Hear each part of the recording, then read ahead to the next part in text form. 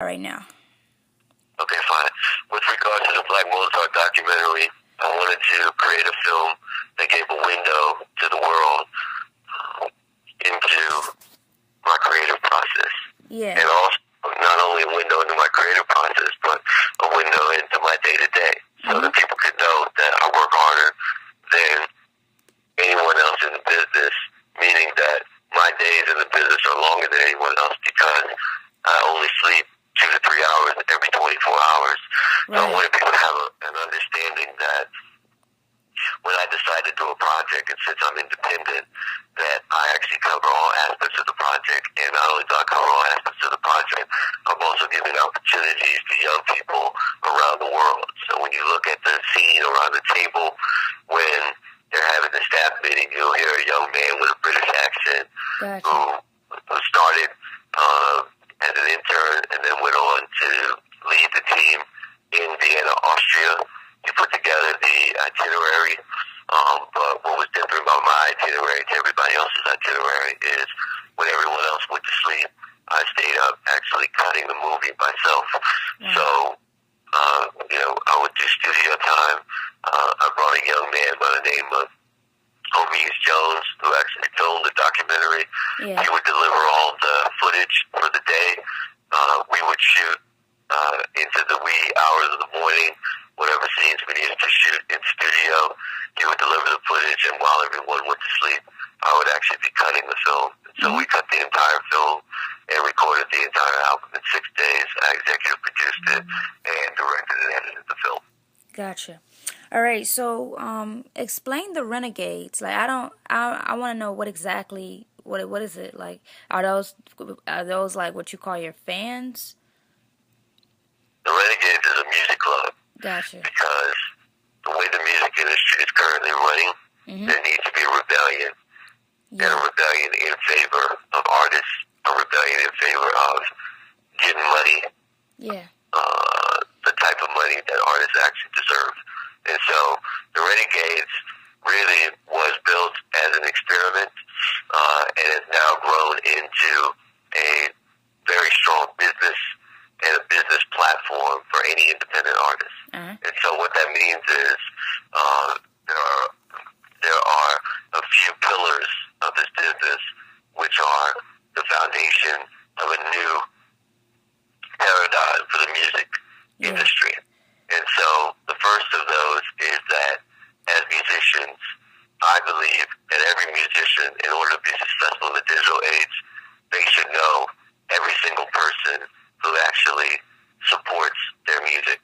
So one of my favorite introductions in the last couple of weeks was to a young man by the name of Drew Houston. He is the CEO of Dropbox, and he actually has 200 million users, and he knows every single one of them. I also have a friend by the name of Joseph Einhorn. He runs Fancy.com, and when I signed up for Fancy.com, I went later on in the day to the Knicks game, and I received a personal email from Joseph, the CEO, thanking me for signing up to the site and letting me know that I could reach him if he could be of any service in making the experience on his site any better. And so taking cues out of both of those very profitable companies. Dropbox, is a multi-billion-dollar company. Definitely. The Vance, worth about $500 million. And both of those companies, I believe, are successful because they understand who their supporters are, who their customers are. And so for me, as a musician, I realized that if someone bought my album and went to the Knicks game, I would not be able to send them an email and tell them thank you and ask them if I could be of any service with their music experience. And so I wanted to create a community, I wanted to create a community where I could do this.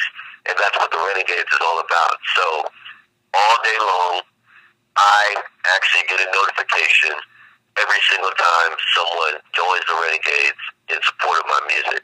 And so at the end of the day, I can look at a list of every single person who supported the album that day, and I can reach out to them and tell them thank you. Not only that, every single day, if I actually move 400 people to actually support the movement, that money that they give me, I don't wait 3 months. I actually, at midnight, it hits my bank account. I believe that's how the music industry should work. If an artist has an album for sale, let's look at the albums that just came out. Rick Ross, Ashanti, Pharrell. Yeah. I believe that the artist should know every single person who supports the album. I believe that's important because people can get the album for free, and so we want to differentiate those people who actually supporting the album and thank them, show our appreciation. They should know every single person who gets the album, and they should also be paid immediately. The same way if someone goes into a coffee store and buys a Starbucks, Starbucks doesn't have to wait 3 months to get the $5 or $6 that you pay for the coffee. And so this is what's happened in the music industry. I believe that it's time for a change. And I modeled the Renegades Music Club after one of my favorite artists of all time, Prince, who had a New Power Generation Club back in the day. And at the time, the technology was nowhere near as advanced as the technology is today. So now I can honestly say that I know every single person who supported my album by first name. I know when they supported the album, and I can thank them, and I can offer them a much better experience as a fan because they can reach me directly. That's what the Renegades is about. It's not only working for me, it's also working for Talib Kweli. It's also working for Mano. It's also working for a host of other artists. And you'll see this pop up because I believe that we as artists should be appreciating each and every single supporter. Yeah, and I also believe that we should not, if we don't have to, and I had a long talk with Nipsey Hussle about this as well, we should not, if we don't have to, be waiting to actually receive the support that our fans are giving us. So when you buy a record on iTunes, understand that normally the artist doesn't get paid for 3 months, and also iTunes is taking 30% of their money, and also iTunes is not letting the artist know that you supported their album. And so that's why I created this club, and it is a blueprint for any independent artist. And, I will be starting a record label, the first direct-to-consumer, data-driven record label, and I have the support and mentorship of one of the foremost venture capitalists and CEO coaches in Silicon Valley by the name of Ben Horowitz, and I'm extremely proud and excited for what we are going to do to disrupt the music business. Okay, awesome. All right, so I hear that you're a Harvard student, or you were a Harvard student. That's crazy because I had no idea that you actually went to that university. Explain that a little bit. I went to Harvard as a teenager. I was a senior at Harvard by the age of 19. Wow. I gave the Harvard oration in which I encouraged all the graduating class to follow their dream. That's exactly what I do every single day of my life. Right. I'm living a dream throughout the ups and downs, throughout the ebbs and flows. I am basically living a dream that I have written many, many years ago for myself to be a successful musician, a successful entrepreneur, a leader, a mentor, a pillar of hope, a pillar of ambition, a pillar of aspiration for myself, my generation, my culture. And so this is the dream that I have, and it's the dream that I have for every young person that comes and is a part of my mentorship and internship program. So, yes, I believe that Harvard has been a great, it's offered me a great platform. I have many friends, graduate from Harvard. I'm in the company of many great alumni, including Mark Zuckerberg of Facebook. And so I'm extremely excited and proud that I was able to do what my parents envisioned for me. They told me that education was going to be the key to the achievement of the American dream. And so to everyone out there that's finishing high school, that's in college, I encourage them and encourage you to finish and to make sure that you maximize that time because high school and college are really about the network and the relationships that you make with other young people who want to make an impact and make a difference in the world. Awesome. Yeah, that was great. All right, so you worked with a slew of artists, and you know, a lot of people know that you write songs, but they really don't know what tracks you've really written. Can you give me a few tracks that you've written that some of the fans might have not known that you wrote? My biggest record of all time was a record for Cassie by the name of Me and You. I wrote and produced the entire album. Oh The yeah. album was an incredible runaway success, and it was the first time in the history of social media where someone's social media following was actually equal to the number of records they sold. So Yeah. that means Cassie had 650,000 MySpace friends at the time, and she moved 650,000 records worldwide. That's Yeah. never happened again in the history of social media and music, and I'm working through my new business paradigm to make sure that we do replicate that success again.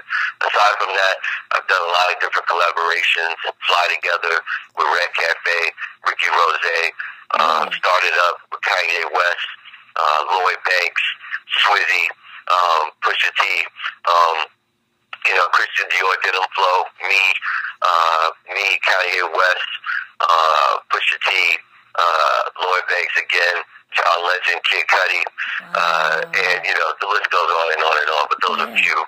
But those are a few records that people may know and recognize. All right.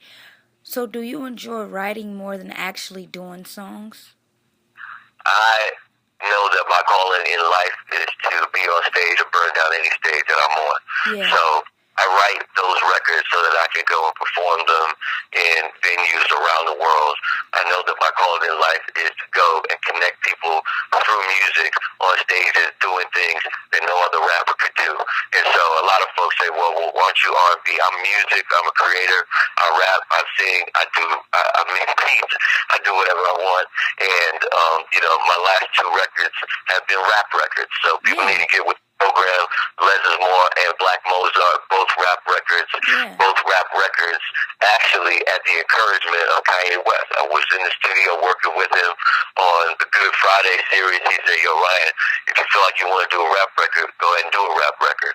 I've traded bars with some of the best rappers in the game, from Talib Kweli, Outstanding, Yeah. Raekwon, Pusha T, Kanye West, Crazy. you name it. You Yeah. can say what you want, but those folks have been gracious and kind enough. Fabulous, my longtime collaborator, all those folks have been gracious and kind enough to allow me the artistic respect and artistic freedom to express myself in any way that I want.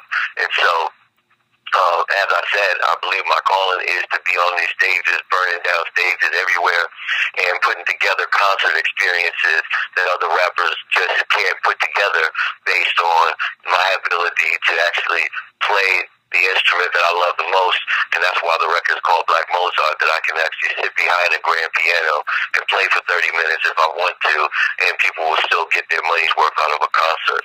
The last concert that I did, and I have a new film that is going to be soon to be released around this concert, was done in Sofia, Bulgaria. I went to one of the most unlikely cities in Europe. A lot of booking agents and friends said, Ryan, why would you go to Sofia, Bulgaria? People there are poor. They can't afford your concert ticket. And what I wanted to do was go there and actually this experience. So no matter what ticket price they paid, the experience would be priceless.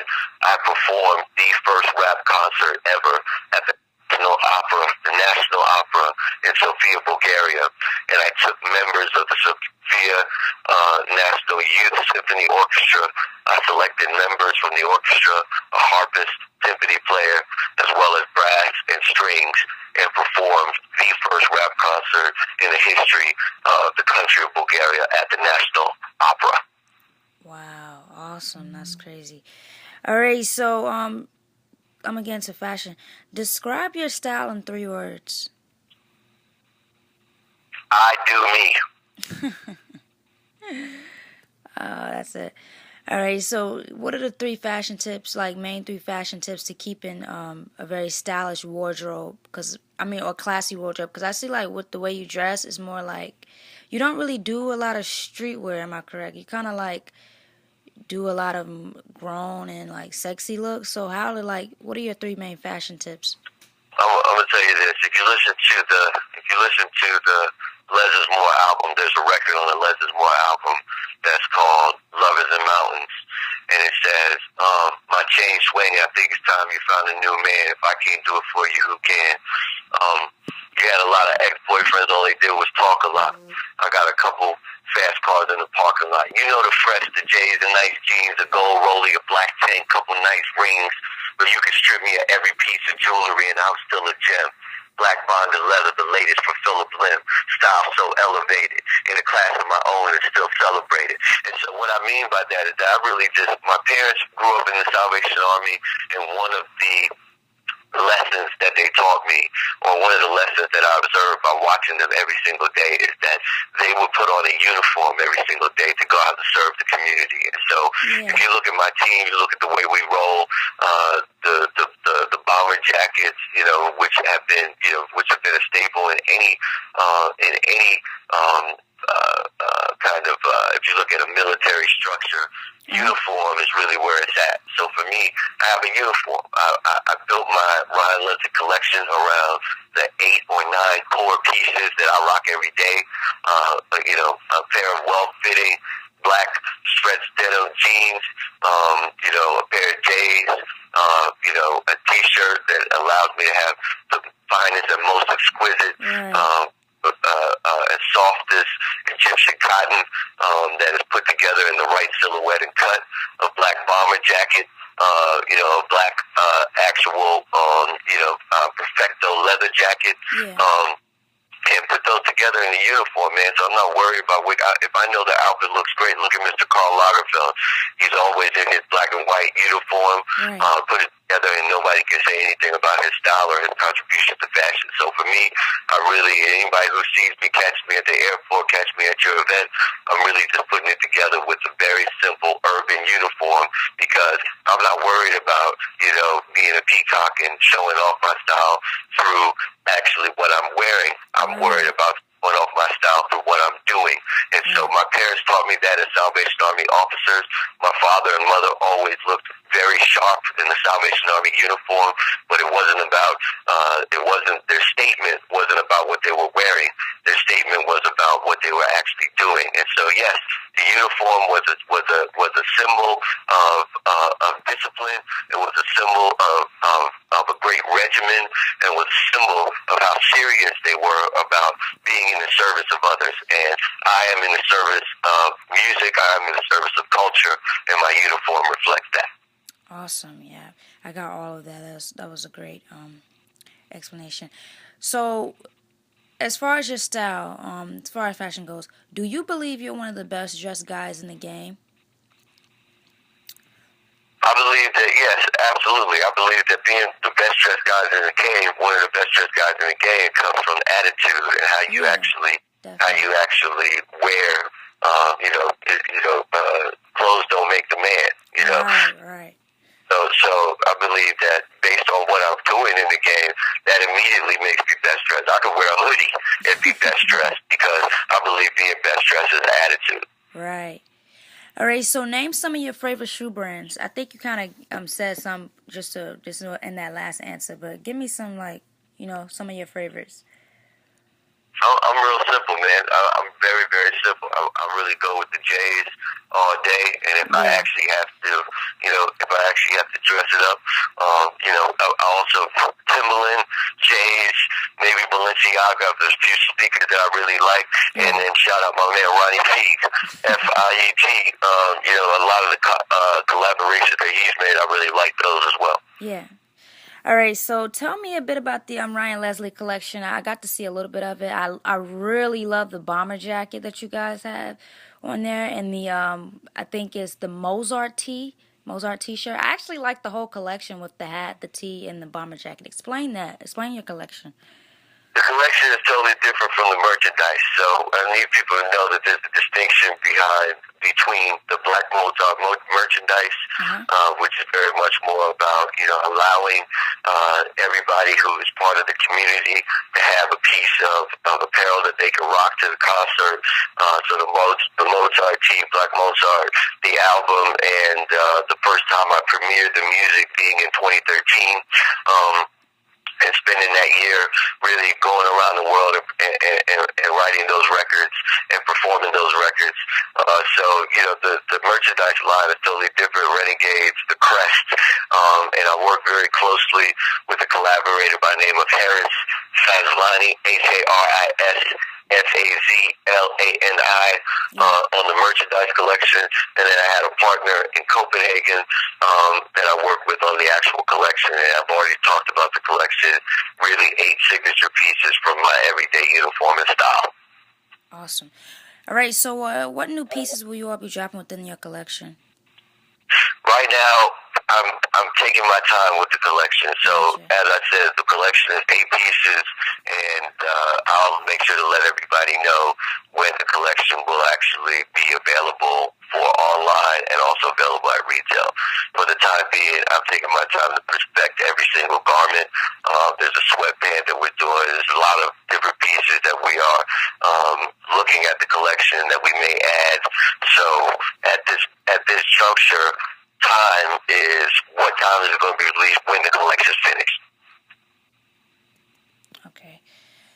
All right. So, which is your favorite piece from your collection? My favorite piece in my collection really is always going to be, it's the whole collection. The whole collection is my uniform. So I can actually. The reason I love this collection is because I also have a collaborative backpack with a company called Hill Spencer in LA, and so I can actually be wearing my entire collection every single day. And when I'm going on a trip, which I will be today, and I got to run here in a second because I got to catch a flight, but when I'm going on a trip, it's great to be able to put the entire collection into one duffel. So 2 pairs of Ryan Leslie collection jeans, 2 or 3 Ryan Leslie collection black tees, the bomber jacket. I'm wearing the leather perfecto, and that's really, it's very super simple. So I can actually have that all together, all black everything, folded nicely into a duffel bag and traveling in this style at all times. Right. All right. So we're gonna wrap this up. I'm trying to wrap it up. For this question, how would you like it if you're not seeing anyone? How would you like your future wife or girlfriend to dress? I want her to just dress exactly the same way, with the same attitude that I have, which is her expression should come from within. Her expression should come from what she's actually doing.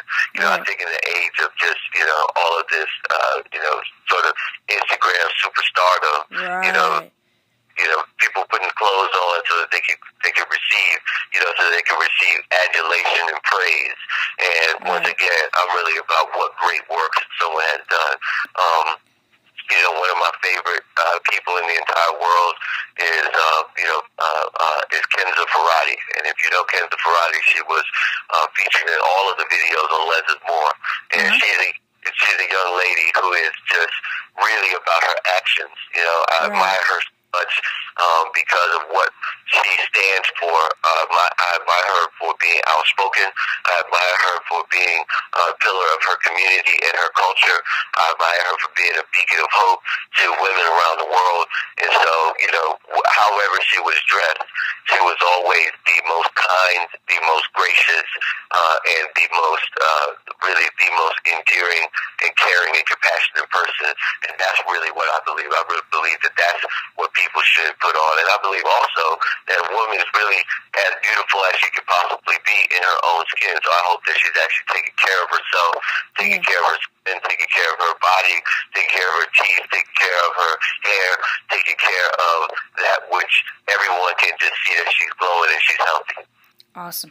All right, so I was gonna ask you. I was gonna get into the album, the last album, but since you're trying to, since you have somewhere to go, I'm gonna try to just get to this last question I really wanted to ask you. So one of my favorite tracks off that album is the 5-minute Freshen Up.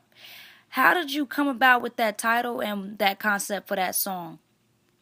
That concept Just simple. I write all my records, Yeah. in the course of just living. And so, I actually, I was having a conversation with a very close friend, and I said, well, what happens when these cats are really trying to push up on you, whether you're in a, you're at an event or you're at a club or something, and somebody comes and it's, very, very forward and direct and really unrelenting when it comes to, trying to, get with you or talk to you. And they say, oh, well, I just tell them I need a 5-minute freshen up. I excuse myself as though I'm going to the restroom and never return. I said, oh, Yeah. well, that sounds like a song. And that's how I actually made the song. And in the video, I just wanted to portray what actually can keep someone interested, and that was for me just actually being that pillar, a great companion and a great partner. And so you'll see in the video that it's just it's kind of Scarface inspired. The white suit, the yellow car, the yacht, Miami as a background, and that's really what it's all about. Just me riding shotgun with whoever my body is, whoever the body to my Clyde is. Right. All right. So, what are your last words to end this interview, or like just your last words to your fans? My last words are always the same. This conversation is a continual conversation. It is not a conversation that will end with this interview. So if you'd like to continue the conversation, please hit me directly, Ryan@renegadesnyc.com, or shoot me an SMS +1 915 600 6978. Again, I repeat, +1 915 600 6978, and I put the +1 so that international fans can also reach me. You can't just put the area code if you're sending me a text from international. So +1 915 600 6978. Hit me anytime directly with regards to music, with regards to internship, with regards to music submission, with regards to my label, with regards to my collection, with regards to my technology ventures, my philanthropy ventures. Hit me anytime with any opportunities as well. I'm also an avid investor. I'm also an avid spokesperson for causes that I like, and I'm also an avidly open and interested in being on advisory boards of companies.